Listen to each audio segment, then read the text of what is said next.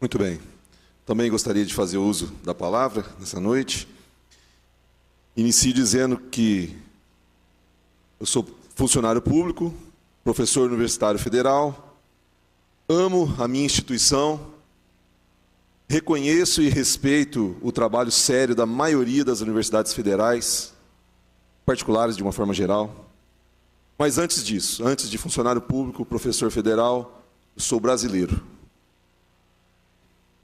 Eu queria falar sobre um assunto que tem povoado as nossas timelines, do Facebook e por aí vai, que é o corte de 30% no orçamento das universidades federais. 30% significa que para cada 1.000 previsto no orçamento, a universidade vai receber apenas 700. É isso? É isso que qualquer um entende de matemática. No entanto, não é isso. Os anúncios que aparecem nas manchetes é esse, 30% de corte, que levam a todos a entenderem que, de cada 1.000, a universidade vai receber apenas 700. Mas não é a verdade, não é, embora seja essa mensagem passada pela mídia. A verdade é que, de cada 1.000 previstos, a universidade receberá algo em torno de 930. Aproximadamente 7% de contingenciamento. Essa é a matemática verdadeira. Qual a razão dessa diferença? A previsão de contingenciamento é de 30% das despesas discricionárias, ou seja, das despesas não obrigatórias. Ou seja, é 30% de uma parcela diminuta do total. E aí, se você refaz as contas, você chega a 7% aproximadamente do valor total.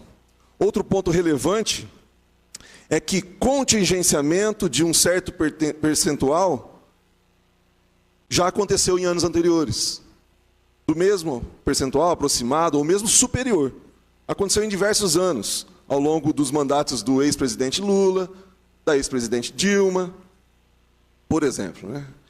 Em 2014 e 2015, as diferenças entre o orçamento planejado e executado foram de 9,7% e 8,1%, respectivamente.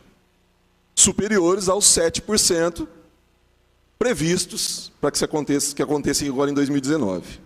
Nessa linha de raciocínio, cabe ponderarmos qual que é a razão para o atual presidente, o seu ministro da Educação, efetuarem o referido contingenciamento, chamado popularmente de corte. É óbvio que o presente aperto financeiro, a crise sem precedentes que estamos enfrentando, vem como resultado de decisões equivocadas anteriores, dos governos anteriores.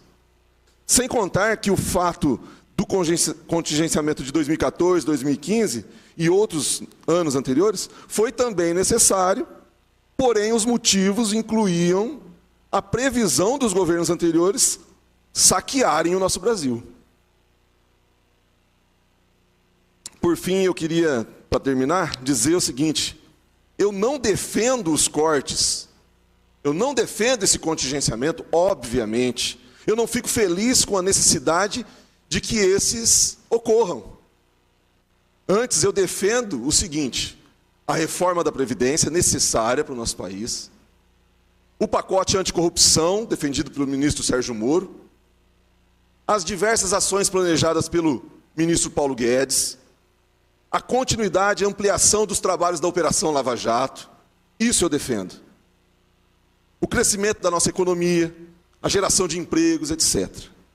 Defendendo tais iniciativas e projetos, eu entendo que nós teremos o resultado que todos aqui, todos que nos assistem, certamente concordam. Teremos o quê? A ampliação dos investimentos, seja em educação, seja em saúde, segurança pública, etc.